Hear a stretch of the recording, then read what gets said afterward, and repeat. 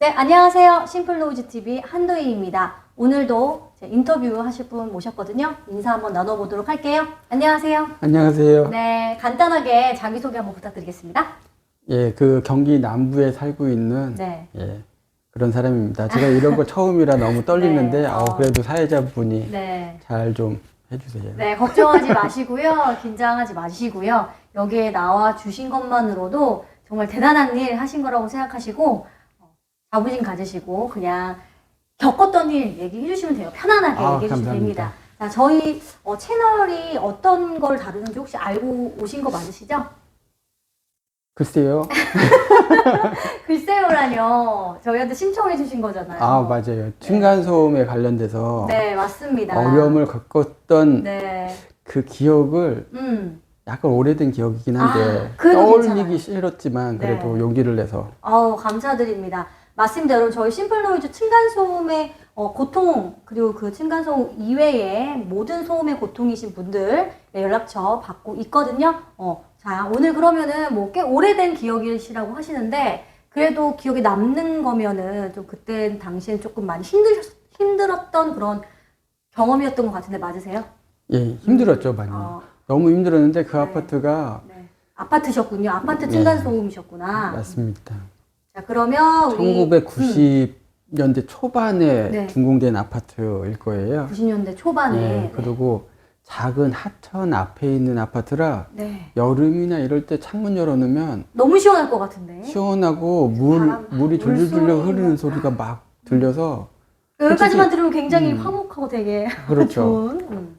다른 소음이 들릴 만한 그런 상황은 아니거든요. 네. 근데 아쉽게도 아쉽게도. 한여름을 지나면 네. 가을부터 봄까지 네. 창문을 닫고 있으면 항상 11시, 12시 정도에 밤이요? 예, 위층에 네. 그 여성분이 네. 퇴근을 하고 들어와서 네. 자신의 아이를 막 혼내고 집안을 정리하기 시작하고 마지막은 늘 항상 루틴이 같은데 네. 안방 화장실 청소를 해요. 아니, 잠깐만요. 그 밤 11시부터 12시 사이에 윗집에 사시는 아주머니 분께서, 여성분께서 아이를 막 케어를 하고 집안일을 하고 이런 걸 어떻게 알 수가 있죠? 그게 다 혹시 소음으로 들리시는 거였나요? 그렇죠. 다 들리죠. 아니, 저는 이해가 좀 안 돼서 그러면 뭐 청소를 하고 이런 것도 일단 들린다는 건가요? 그 소음의 정도를 사실은 잘 못 느끼거든요. 네. 그러니까 뭐 소음 측정기, 데시벨 측정기로 네. 해도 층간소음을 정확하게 측정한다는 그런 장비는 별로 없어요. 네. 잘 측정이 맞습니다. 안 되거든요. 네. 그리고 사람 귀도 내가 예민할 때가 있고 둔할 때도 맞아요. 있고 내 집에 소리가 클 때도 있고 적을 네. 때도 있고 뭐 하잖아요. 맞습니다. 위층에 쿵쿵쿵쾅 뭐 층간소음이 난다고 해서 그 소리가 너무 심하네 어쩌네 그 기준이 잘 안 서거든요. 네. 근데 중간에 네. 사람이 말소리가 들리면 네. 그 말소리 기준으로 층간소음의 정도가 기준이 확 잡히는 거죠. 말소리. 전 지금까지 뭐 위층에, 발망치 소리라든가 뭐 드럼 치는 소리라든가 이런 거는 많이 들어봤어도 말소리도 들리나요? 말소리 들려요, 간혹.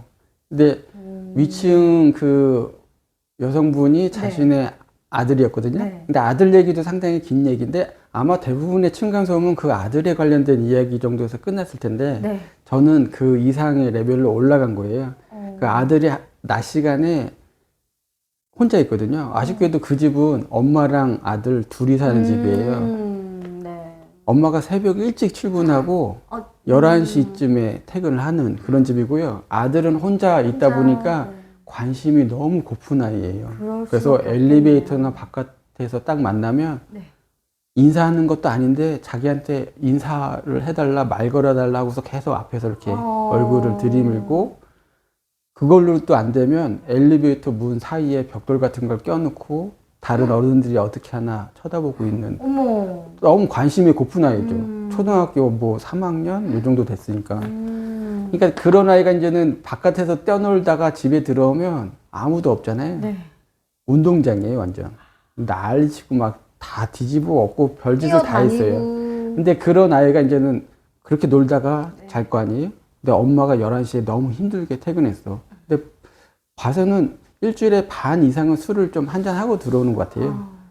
그 집안 꼴을 보고 자신의 힘든 그 집에 딱 들어오면 쉬고 싶은데 그쵸. 바깥에서 겨우겨우 어떻게든 일하고서 집에 들어가서 딱 쉬어야지 하고 딱 들었는데 집안 꼴이 그러면 아들이 이렇게 놓으면 이제 현실이 이제 딱 이렇게 느껴지면서 속상하니까 그렇죠. 이제 아들을 아들을 잡기 시작하는. 깨워서 고함을 치면서 소리를 지르는데 그 소리가 다 들린다. 들리기 때문에 사람의 목소리는 정도가 있잖아요. 네.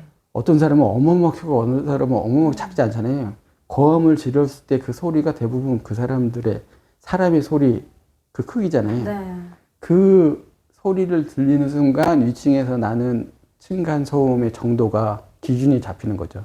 아, 이 정도 소리를 지금 내가 듣고 사는구나. 근데 그 아주머니가 이런 거 다 이해가 돼요.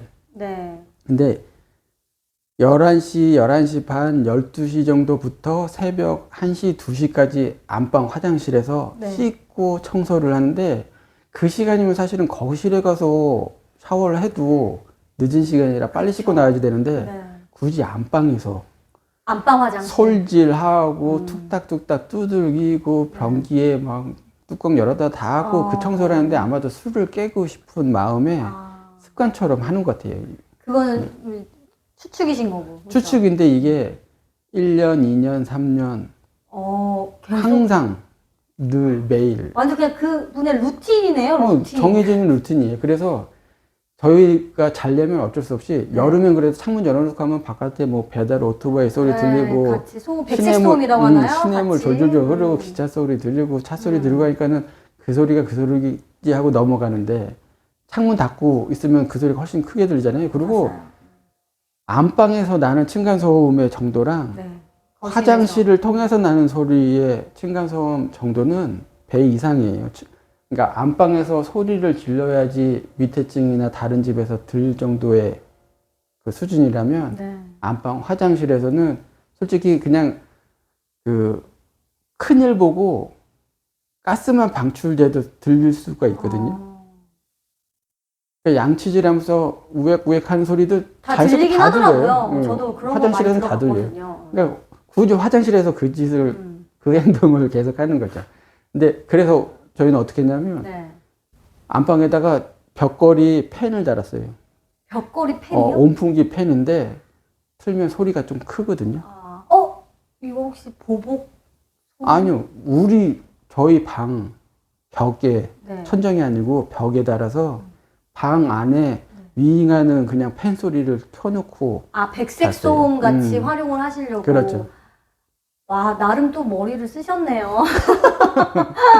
좀 그거를 융합해 보겠다고. 그렇게 한 1, 2년을 그럼 그거를 잤어요. 통해서 좀 효과를 보신 건가요? 그렇죠. 효과 봤죠. 예, 그 효과 때문에 여름 외에 나머지 계절은 팬을 틀어놓고 그 타이머가 있거든요. 네. 1시간, 1시간 반 타이머를 켜놓고 10시 반에서 11시 사이에 딱 자기 시작하면 예, 한참 시끄러운 그 시간대를 피해서 잠을 자는. 근데 그것도 참 그런 게 그 소음이 없었다면 굳이 설치하지 않아도 되는 거를 설치를 하신 거잖아요. 맞아요. 어떻게 보면 그걸 맞아요. 피하고자. 그럼 또 그거에 따른 뭐 비용이라든가 뭐 그런 게 다 추가적으로 발생하는 거라서 좀 안타까운데요. 일단 너무 힘들고요. 이거는 일반적으로 그 아이가 내는 층간소음 정도가 대수롭지 않을 정도의 수준이에요. 그 아주머니의 그 행태는. 화장실 청소하시고 그렇죠. 이런 소리들이. 그렇죠. 그 새벽에 한두 시간 동안 계속 그러는 거거든요. 그러면 궁금한 게 혹시 위에 올라가서 좀 찾아가 보신 적은 없으신지? 그 당시에는 법적으로도 윗집에 올라가서 항의를 하는 게 문제가 없었어요. 그러니까요. 그리고 그 당시에는 대부분 그랬거든요. 네. 근데 아쉽게도 네. 안 찾아가셨군요. 여성의 지위가 그 당시부터 많이 높아져가지고요. 경비분들도 저도 위층에 여성분이 혼자 사는데 사실 절대 뭐라고 찾아가서 얘기할 수가 없었어요. 90년대인데. 예. 그렇죠. 그리고 누가 봐도 혹시 다툼이 생겨도 누가 봐도 힘들게 아이를 혼자 키우는 여성분이 힘들다는데 누가 뭐라고 하겠어요. 그렇죠? 그래서 그럴 수 있겠구나. 근데 이거는 심각한 문제가 층간소음의 범위를 훨씬 넘어선 상태의 그 여성분의 네. 상황도 문제가 있고요. 그 행동을 그렇죠. 매일 한다는 것도 그분도 좀 정신적으로 문제가 있는 상태거든요. 네. 근데 그거보다 더 큰 문제가 사실 있어요. 아니, 그 그 아이가 네. 더 큰 문제죠. 그 아이는 동네에서 유명한 거예요. 낮에 항상 혼자 있고 혼자 노는 게 친구들하고 놀거나 뭐 그런 것도 아니고요. 그냥 혼자 화단이나 여기저기 배회하는데 지나가는 어른을 보면 네. 항상 자기를 봐달라는 행동을 해요. 어떻게 보면 애정결핍. 그렇죠. 뭐 돌멩이를 던진다거나 화단을 망친다거나 꽃을 막 뭉개고 있다거나 아이들 오히려 어른들이 아이야 그러지 마 이 얘기를 해주길 바라는 듯한 예, 그런 행동을 계속했기 때문에 이게 뭐 한 달, 두 달 이게 아니고요. 1년, 2년 막 이렇게 장기간이라 그런 경우는 사실은 사회적으로 관리해주는 시스템이 있어야지 맞거든요. 미국 같은 경우는 그렇잖아요. 주민 그쵸. 한두 집이 신고하면 관리를 해주거든요. 그렇죠. 관계 공무원들이 미국에서는 나가서. 뭐 미성년 아이를 혼자 몇 시간 이상 두는 것 자체가 그렇죠. 불법이기 때문에 근데 우리나라는 층간소음이나 이런 문제, 옆집이 이상해요, 앞집이 이상해요, 윗집이 이상해요 이렇게 신고를 하면 네. 조정위원회 뭐 이런 식으로 해가지고 두 집이 그냥 만나서 해결하는 식으로 알아서 유도를 합의 해줄 보세요. 뿐이지 네, 합의 직접 보세요. 나서는 관계기관은 없어요. 그리고 또 그때는 더 그랬죠. 그렇죠. 90년대 맞아요. 때라서 알아서 뭐 나 몰라라. 내일 아니니까 뭐 그런 시대였는데 그러면은 거기서 그러면은 몇 년 동안 그렇게 피해를 보시면서 사셨나요? 한 4, 5년? 4, 5년? 그 뒤에는 이사를 가신 거고. 그럼 4, 5년 때까지 거기 사시는 동안은 계속 그 윗집 아주머니의 그런 청소, 소음 이런 거를 겪으시면서 사신 건가요? 저희는 더 오래 살았는데 네. 그 앞에는 할아버지가 사셨는데 정말 조용했죠. 네. 밤에 물소리만 들으면서 잤던 그런 시절이 있고 그분이 이사 오면서 이제는 한 3, 4년 고생을 한 거고요. 그 뒤는 저희가 이사를 갔고 그분은 계속 살았는데 나중에 알게 된 건데요. 네. 그분이 분명히 자신의 자식을 더 잘 키워주기 위해서 네. 일을 나간 거잖아요. 그렇죠. 근데 일을 어디로 나갔는지 알게 됐는데 그것도 참 사회적으로 고민이 필요한 듯한 것 같아요. 왠지 좀 알 것 같은 그런 느낌. 그래요? 그분은 이제 다른 어린이집 가서 다른 아이들을 돌보다가 잡무도 하고 이것도 하고 선생님들 간에 모임도 하고 그러고 그 시간에 퇴근하는 거예요. 정말요? 예. 저 반전인데요. 뭐라고 생각하셨어요? 저는 뭐 어린이집 교사로 일을 해도 또 투잡을 뛴다던가 그래서 늦게까지 그럴 수도 있어요. 그럴 수도 있어요. 어찌됐든 아침에 나가는 곳은 거긴데 근데 일찍 끝나잖아요. 그렇죠. 한 4, 5시, 6시면 예. 끝나는데 근데, 그때라도 들어와서 자신의 아이를 케어를 하고 예. 그때 청소를 했다면 그렇죠. 전혀 문제될 게 없는 맞아요. 소음이었을 텐데 예. 굳이 자기 볼일을 다 봐가면서 11시 그 늦은 시간에 와서 남들 다 자는 시간에 와서 그때 와서 그냥 자면은 괜찮지만 그게 아니라 그때부터 또 자기의 생활을 시작하는 거잖아. 아이를 그렇죠. 꾸짖고 청소하고 화장실 청소를 막 2, 3시간씩 하면서 좀 이기적인 좀 생각이 아닌가라는 생각이 듭니다. 그렇죠. 이기적인 범위를 그렇죠. 좀 벗어났죠. 특이한 그러니까 기행이 있죠, 사실은. 네, 기행. 아니요, 화장실 청소를 그쵸. 1년에 한 번 해도 2시간이면 충분하고 뭐 나눠서 30분씩 뭐 한 달에 한 번 하거나 일주일에 한 번 해도 충분한데 네. 매일 그렇게 한다는 건 사실은 맞습니다. 이상하죠. 그럼 오늘 저희 의뢰자분의 사연을 딱 들어보니까 정말 층간소음에 다양한 분야가 있다는 걸 좀 다시 한번 알게 됐고요. 그리고 조금 안타까운 얘기라고 해야 되나? 좀 찾아가서 한번 대응을 해봤으면 또 어떤 결과가 나왔을지 좀 살짝 궁금했던 그런 사연인 것 같아요. 그 부분을 네. 추가로 말씀드려도 될까요? 네, 뭔가 더 그래서- 하고 싶으신 말 있으신가요?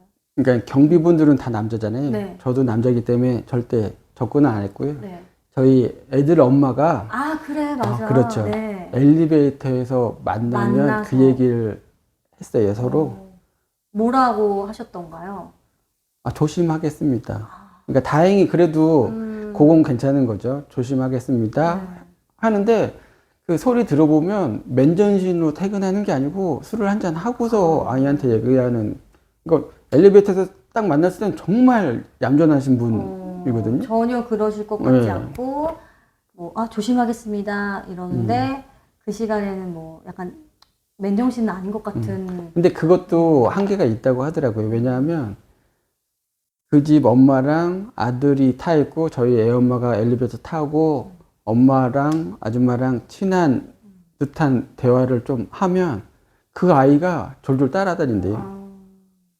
그러니까 그 엘리베이터 나오는 통로 출입구에서 그 아이가 어느 날은 이렇게 계속 서 있더래요. 그래갖고 그 아이가 좀 불쌍해. 그러죠. 요거는 그 층간소음 수준을 떠나서 요거는 네. 따로 예, 심각한 문제가 있긴 한 상황이긴 해요. 층간 소음으로 인해서 우리 한 아이의 그런 좀 안타까운 삶까지도 이렇게 연결되는 것도 있는 것 같고 정말 다양한 사례가 많은 것 같습니다. 사연들이. 그러면은 뭐 추가적으로도 하고 싶으신 말씀이 계신가요? 아니면 지금 살고 계시는 곳에서는 혹시 층간 소음으로 고통받고 계신가요? 아파트 공동주택에 산다면 네. 둘 중에 하나죠. 층간소음 피해자이거나 가해자이거나 아이고 너무. 늘 주변 주민분들을 네. 배려하는 마음을 갖지 않으면 네. 한순간에 가해자가 되고요. 와, 예. 그리고 맞습니다. 그런 이웃을 못 만나면 네. 피해자가 되는 거니까요. 항상 늘 조심하면서 살아야겠다라는 생각이 드네요. 예. 정말 명언인 것 같습니다. 저도 딱 우리 얘기를 들으니까 나는 지금 피해자는 아니지만 내가 가해자일 수도 있다라는 생각을 다시 한번 해보면서요. 오늘 인터뷰는 여기서 마치도록 하겠습니다. 오늘 나와주셔서 너무나 감사드리고요. 네. 감사합니다. 감사합니다. 네. 안녕히 가세요. 네.